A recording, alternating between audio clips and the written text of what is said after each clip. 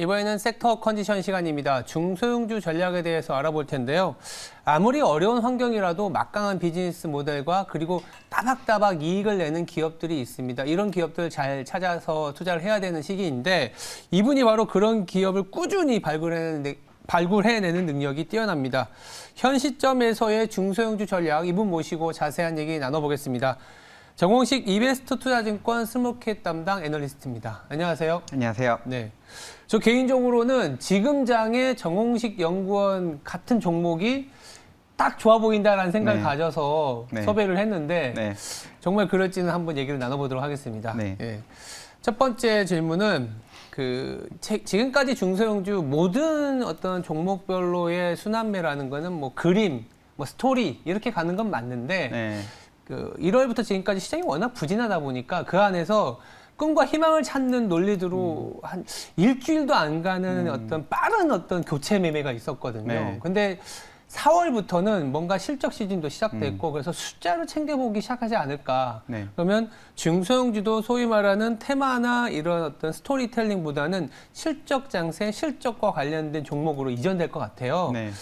그렇게 보는 게 맞는지 연구원님 생각 한번 궁금해요. 우선은 뭐 실적 장세랑 뭐 테마 장세를 이걸 따로 구분하는 건 사실 좀 어려워요. 그렇죠. 근데 아무래도 연초 이후에 전쟁도 있었고요. 환율도 많이 올랐고 그리고 원자재 가격이 많이 상승했기 때문에 이럴 때일수록 운용하시는 매니저분들이 백투더 베이직으로 그 펀더멘탈에 중시하는 그런 생각을 가지고 있습니다. 이렇게 많이 차익 실현을 하겠다는 것보다 리스크 관리 차원에서 그렇게 보고 있고요.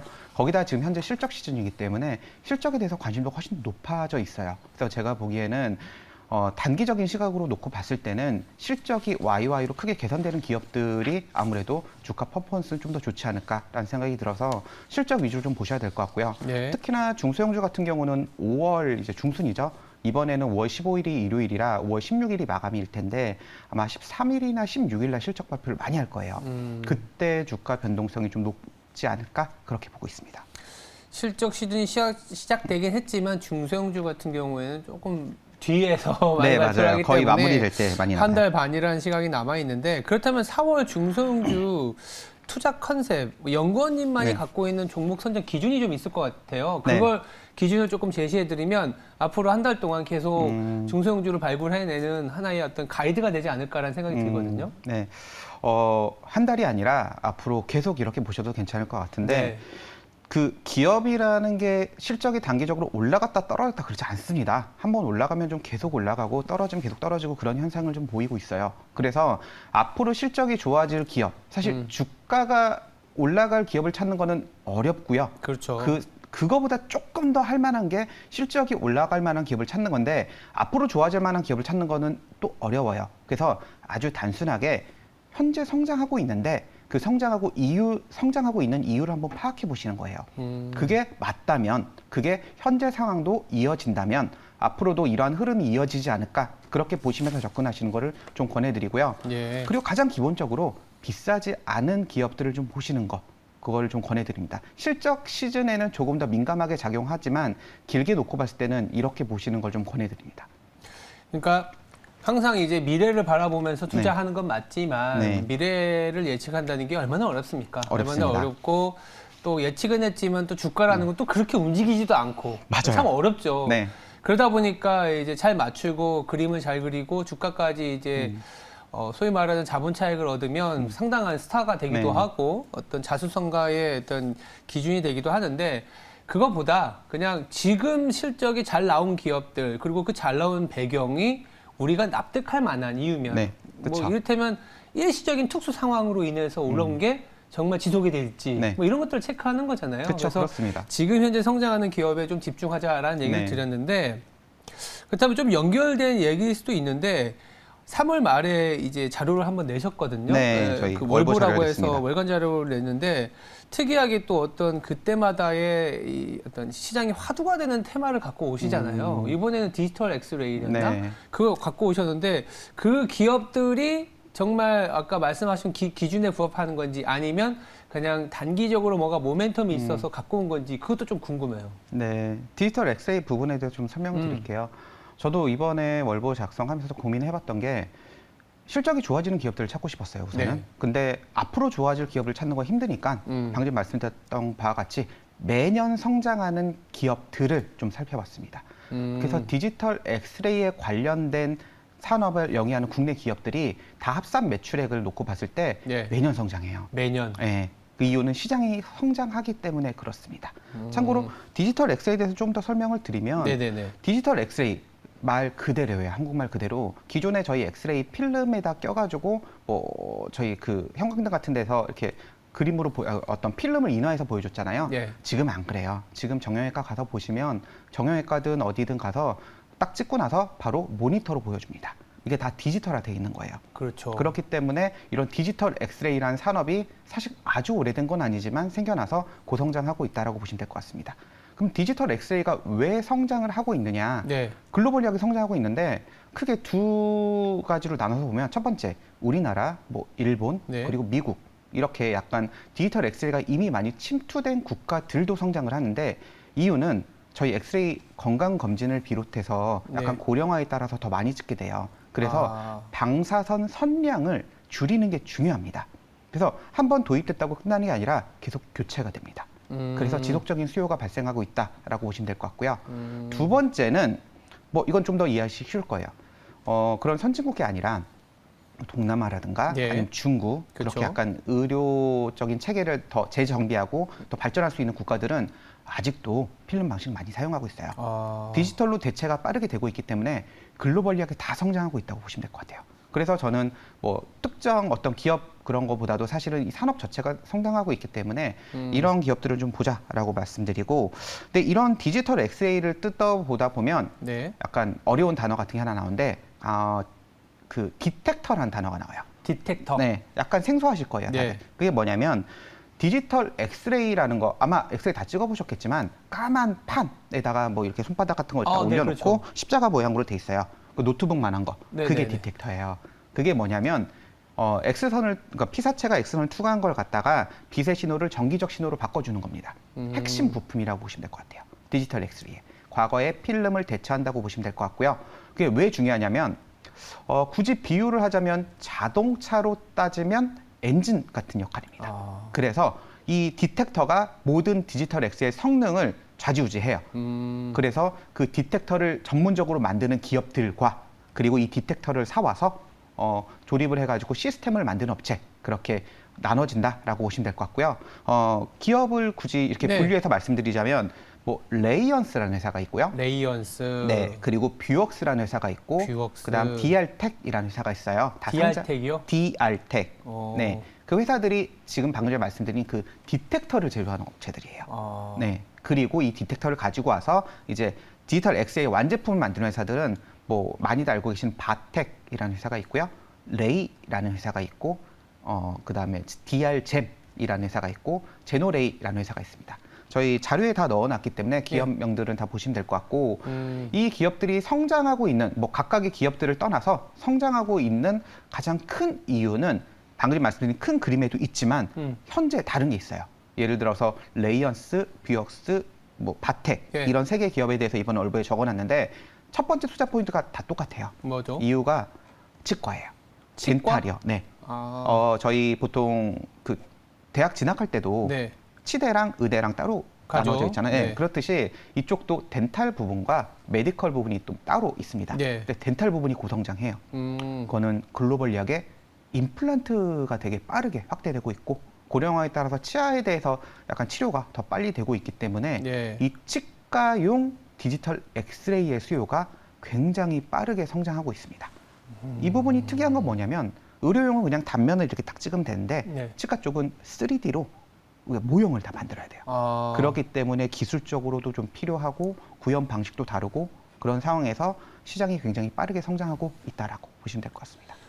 이게 듣다 보니까 저도 네. 솔깃하네요. 네. 원래 좀 뭐 저도 보고서를 통해서 알고는 있었지만 우리가 이제 계속 얘기하고 있는 꾸준히 그리고 계속 갈 수밖에 없는 분야 중에 하나가 고령화 그리고 이제 뭐 아까 얘기한 것처럼 이제 새롭게 이제 편입되는 국가들의 좀 의료 체계 구축되는 거 그런 것들인데 그 안에서 우리나라가 핵심 부품을 만드는 기업들이 이렇게 많다. 네. 그래서 매년 성장하는 기업 중에 하나가 디지털 엑스레이도 있다라는 네, 얘기를 해주셨고요. 그러면 마지막으로 디지털 엑스레이와 같이 지금 좀 스터디를 해볼 만한 종목이 다른 분야이긴 하지만 이렇게 매년 성장하고 뭔가 우리가 생각하지 못했던 분야이긴 하지만 꾸준히 자기 일 하고 있는 기업 스터디 할 만한 게 있잖아요. 그거 하나만 더 소개시켜 줄 수 있을까요? 네, 뭐 일단 제가 커버하고 있는 기업들 중에서 한 가지만 말씀드리면 삼영전자라는 회사가 있습니다. 삼영전자. 네, 삼영전자. 답답한 회사예요. 답답한 회사입니다. 일단은 제가 밸류에이션 많이 보고 재무구조 많이 보는데 뭐 시가총액이 한 2,200~300억 정도 됩니다. 근데 갖고 있는 순현금이 2,800억 정도 돼요. 그러니까 회사 안에 있는 통장 잔고보다도 시가총액이 낮은 저평가된 회사고요. PBR은 0.4배 정도 되게 저평가되어 있습니다. 근데 저평가되어 있는 이유가 뭐냐면 이 회사의 본업이 콘덴서라는 걸 만들어요. 콘덴서, 저희 세라믹 콘덴서, 반도체 방식으로 만드는 세라믹 콘덴서인 MLCC 그런 거는 많이 아실 거예요. 보통 삼성전기나 사막 콘덴서 같은 데서 만들고 휴대폰, 노트북, 뭐 그런데 태블릿 그런 데 들어갑니다. 근데 삼영전자가 만드는 콘덴서는 알루미늄 전해 콘덴서라고 주로 가전에 들어가요. 용량이 크거나 내구성이 좋거나 세탁기, 냉장고, TV 그런 데 들어갑니다. 그러다 보니까 느낌 오시죠? 가전 같은데 TV, 뭐 세탁기, 냉장고 성장을 안 할 것 같으니까 이 회사도 그냥 성장성보다는 근데 안정적이다. 이런 관점으로만 보고 있습니다. 그런데 좀 변화가 있어요. 우선 안 좋은 것부터 말씀드릴게요. 단기적으로 안 좋은 거는 알루미늄 전해 콘덴서예요. 알루미늄의 원가가 올라갔다 이 얘기군요. 네, 그래서 단기적으로 실적은 조금 불편할 수는 있어요. 제 추정치도 역성장을 추정해놨습니다. 그럼에도 불구하고 싼 건 맞으니까 지켜보자 정도였는데 변화가 조금씩 일어나고 있어요. 그 부분을 간단히 말씀드리면 첫 번째는 지금 제가 기업들 저는 미팅을 많이 하니까 약간 노가다로 뛰다 보니까 그런 게 되게 듣고 싶어요. 그러다 보니까 지금 나타나는 현상이 글로벌 원자재 가격 상승도 중요하지만 부품을 못 구해요. 그래서 많은 IT 기업들이 부품을 구하려고 가격과 상관없이 막 소싱을 하려고 합니다. 아마 1분기 말 봤을 때 재고 자산이 많이 쌓여 있을 수도 있어요. 근데 삼영전자가 파는 콘덴서는 원재료잖아요. 다른 기업에. 그렇기 때문에 상황이 생각보다는 좋을 수도 있다라는 쪽으로 약간 추정해 볼 수 있고요. 두 번째는 지금까지 가전 쪽 되게 재미없는 부분에 나가다가 2021년도부터 SSD, 그러니까 낸드에 들어가는 반도체 쪽으로 이제 진출을 해서 그쪽이 굉장히 빠르게 올라가고 있습니다. 작년에 세팅한 거 대비 올해는 한 2배 정도 이상 나올 것 같고요. 내년에도 굉장히 가파르게 올라갈 거예요. 그러니까 지금까지 그 멀티플을 가다놨던 그 영역에서 좀 확대가 될 수 있는 영역 다각화가 진행되고 있다라고 보시면 될 것 같아요. 그러니까 반도체 부분이 긍정적이고 마지막으로 가장 괜찮은 부분은 자동차요. 자동차 10년 이상 쓰잖아요. 내구성이 좋아야 돼서 좀 전기 흐름이 좀 원활하게 하기 위해서 큰 용량들은 전해 콘덴서를 사용하는데 자동차 내 전장 부품이 늘어나면서 그쪽에 비중이 많이 올라가고 있습니다. 그래서 향후 자율주행차나 전기차나 그렇게 됐을 때 새로운 부품들이 생겨날 거고 그 부품들에 상당히 많이 채용될 거예요. 그래서 그쪽이 성장률이 높기 때문에 지금까지의 시각과 다르게 약간 자동차, 자율주행차, 전기차 쪽에 대해서도 부품 늘었을 때 긍정적이다라고 해석해서 보시면 될 것 같습니다. 원가 전가가 가능한 기업이다라는 게 제가 해석한 게 맞는 건가요? 가능하긴 하지만 시간은 좀 걸려요. 그래서 전 단기적으로는 좀 보수적으로 보고 있고 이제 내년 정도에는 점차 완화되지 않을까라고 보고 있습니다. 이게 종목 공부를 해야 되는 시간이다 보니까 추가로 제가 무리하긴 하지만 시간이 좀 남아서 최근에 조금 보고서들을 많이 탐방을 갔다 오셨잖아요. 이미 이제 오픈한 보고서는 여기서 얘기해도 되잖아요. 그렇죠. 한 종목만 더 말씀드려도 괜찮을까요? 뭐 일단은 특이한 거 하나 말씀드려요. 공부해볼 만한 건데 시가총액도 작고 메커스라는 회사가 있어요. 메커스 저도 괜찮게 보이는 종목이긴 한데 메커스라는 회사가 이것도 설명드리면 되게 길어지는데 짧게만 설명드릴게요. 뭐 한 2, 3분 시간이 남아있어서 충분히 오늘 같은 날 종목 공부를 해야 되거든요. 종목이 좀 시장이 좀 조정받을 때 이런 삼영전자, 메커스 같은 거를 좀 공부를 해봐야 된다라는 얘기를 드리고 싶어서 시간을 좀 따로 할애를 했습니다. 일단은 메커스라는 회사가 되게 작은 회사긴 한데요. 제가 리노공업이라는 회사를 되게 오랫동안 커버하고 있어요. 근데 리노공업이 매년 성장합니다. 그렇죠. 근데 투자 포인트는 한 줄로 말씀드리면 비메모리 글로벌 성장과 동행합니다. 그리고 메커스라는 회사도 같이 비메모리 반도체 성장과 동행합니다. 참고로 메커스라는 회사는 FPGA 반도체를 유통하는 회사예요. 자일링스사의 제품을 가져가서 유통하는 건데 그게 뭐냐면 비메모리 반도체 중에서도 주문형 반도체인 AG과 그리고 그 주문형이 아닌 그냥 범용 반도체인 뭐 CPU, GPU 그런 것들의 중간적인 성격인데 회로의 선을 프로그램으로 이게 변경할 수 있는 거예요. 그렇기 때문에 설계, 그런데 유리하게 사용되는 비메모리 반도체 일종이라고 보시면 될 것 같은데 이렇게 말씀드리면 어려우실 거예요. 개인 투자분들은 쉽게 설명드릴게요. 전방 산업이 업데이트가 되게 잘 돼야 돼요. 그리고 굉장히 빠르게 변하는 데 설계를 대응해야 돼요. IDC, 뭐 딥러닝, 머신러닝, 어떻게 보면 메타버스에 관련된 기기들이 출시됐을 때 그렇게 새로운 IT 디바이스가 나올 때 계속 R&D가 늘어나는 수요를 따라서 가고 있는 회사입니다. 그래서 실적이 2021년에도 이미 많이 올랐어요. 그리고 그림도 사실은 비메모리 반도체 시장 성장과 동행해서 올라갈 거기 때문에 한번 공부해 볼 만한 회사인 것 같아요. 좀 어렵긴 하지만 기회가 좀 있는 것 같습니다. 메커스. 이게 밸류에이션은 어느 정도 되죠? 이게 그 얼마 전까지 한 PER 기준으로 트레일링 기준으로요. 추정치 없이 한 5배 정도 됐었는데 굉장히 저평가되어 저평가되어 있죠. 지금은 좀 올라서 한 7배 정도 사이 정도 될 것 같아요. 5배, 7배 정도 사이. 근데 리노공업이 지금 뭐 한 20배 가까이 되니까. 네, 리노공업은 약간 명품 주식이라고 사람들이 많이 얘기해요. 그래도 워낙 갭이 있으니까 괜찮은 아이템이 될 수도 있다는 생각이 드네요. 네, 그래서 저는 비메모리 반도체를 좋아하시는 분들이 이것도 한번 같이 공부해 보시는 걸 어떨까 그렇게 말씀드립니다. 알겠습니다. 저는 뭐 다른 질문은 다 날리더라도 메커스와 삼성전자를 얻은 게 큰 수확이지 않겠냐 생각하고 있습니다. 네, 공부 한번 해보셔도 괜찮을 것 같아요. 알겠습니다.